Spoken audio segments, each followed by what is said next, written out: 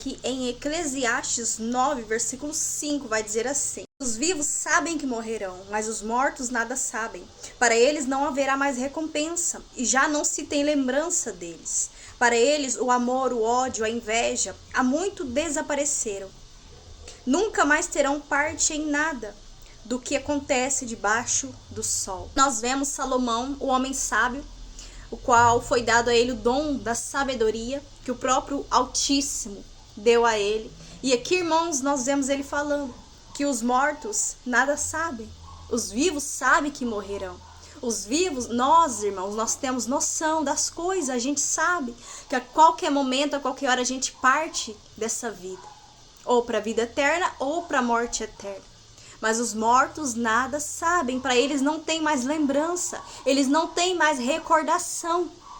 E nós vemos, irmãos, que muitos acreditam em uma grande mentira do diabo, é que os mortos voltam. Nós vemos que muitos vão consultar os mortos e acham ali, irmãos, que é o ente querido da pessoa, a família, aparecendo, conversando com ela, sendo que na verdade não é. Porque a Bíblia deixa clara que tem uma passagem do rico e do Lázaro também, onde o pobre, que era o mendigo, Lázaro, ele morre e vai para a eternidade. Mas o rico, que era ganancioso, apegado em riquezas, ele vai para um lugar de tormento. E ali, irmãos, nós vemos que o rico, ele implora para que pai Abraão deixasse alguém voltar para mandar mensagem até a casa dele, para falar que o inferno era real e para que todos se arrependessem. Mas ali, pai Abraão fala que não tem como o ser humano, depois que morre, ele passar da morte para a vida, não tem como ele passar para o outro lado, não tem como ele voltar para passar algum recado, a não ser que o Altíssimo, o Eterno, ressuscite essa pessoa. Então essa passagem do rico e do Lázaro, irmãos, deixa claro que os mortos não voltam. Eles não voltam para passar nenhum recado. Não tem como você ali consultar os mortos, porque eles não sabem de nada, eles não têm vida ali, irmãos, depois que morrem. Nós vemos uma passagem onde o apóstolo Paulo fala que Satanás e seus demônios, se possível for, irmãos, ele se transfigura em anjo de luz para enganar as pessoas, para enganar o ser humano. Satanás, ele é astuto, Satanás, ele é mentiroso, e ele sim, irmãos, ele tem poder. Não vai pensando que ele vai aparecer para você, para te enganar, para te laçar com um chifre, com um rabo, com aparência de diabo, de Satanás, não. Ele vem se personificando em um anjo de luz. E aonde ele vem ali e se personifica na pessoa para iludir a pessoa, para fazer a pessoa consultar e ficar ali dependente de consultar os mortos. Para fazer a pessoa, irmãos, ficar perturbada da mente, achando que a pessoa tá ali falando com ela. Só que é uma mentira, uma enganação de Satanás, irmãos. A palavra diz que ele veio para matar, roubar e destruir. E é isso que ele vem fazer. Ele deixa a nossa mente cativa e você fica ali obcecado em consultar os mortos, na esperança que você vai ter a pessoa, que você vai conversar com a pessoa. Mas é totalmente ao contrário. E você vai ali, consulta os mortos.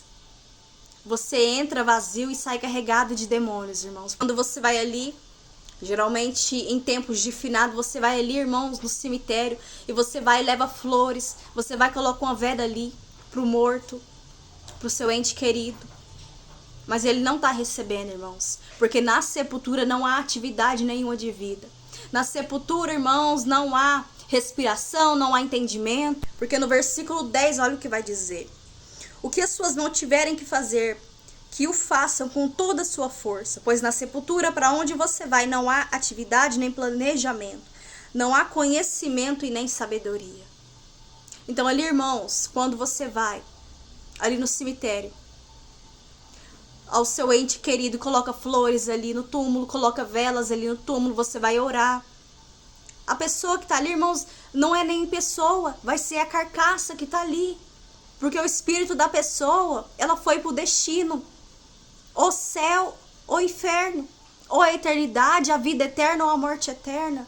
Não há atividade, não há conhecimento, não há sabedoria. Mas muitos, na ignorância, irmãos, acabam cometendo isso, fazendo isso sem saber. A Bíblia diz que o povo perece por falta de conhecimento. E o conhecimento do quê? Da palavra, da verdade. O conhecimento da Bíblia, que é o nosso manual de vida. E o porquê que muitos perecem, o porquê que muitos vivem na ignorância, vivem no engano, indo para o caminho errado, desviando do propósito, porque não lê a palavra, irmãos.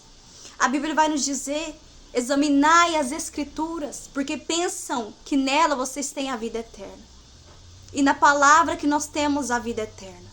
A palavra é uma fonte de vida eterna, porque ela testifica do nosso Salvador, o Messias, aquele que deu o sangue por nós, nos deu a vida.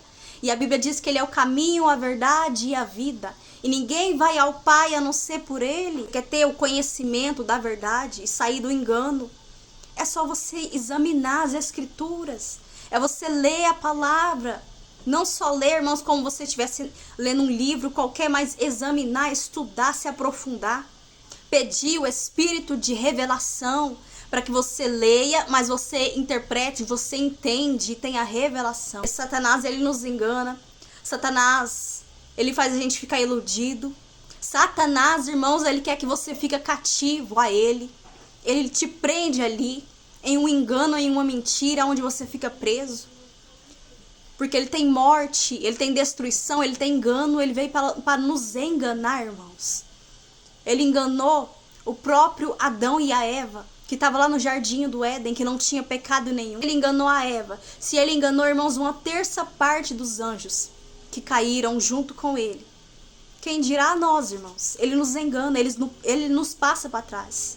Se você não tiver a Escritura, se você não ler, não entender, se você continuar seguindo no caminho errado, é isso que ele vai fazer. Ele vai destruir, ele vai te enganar e ele vai te levar, te manter com a mente cativo a ele, para que você não descubra a verdade.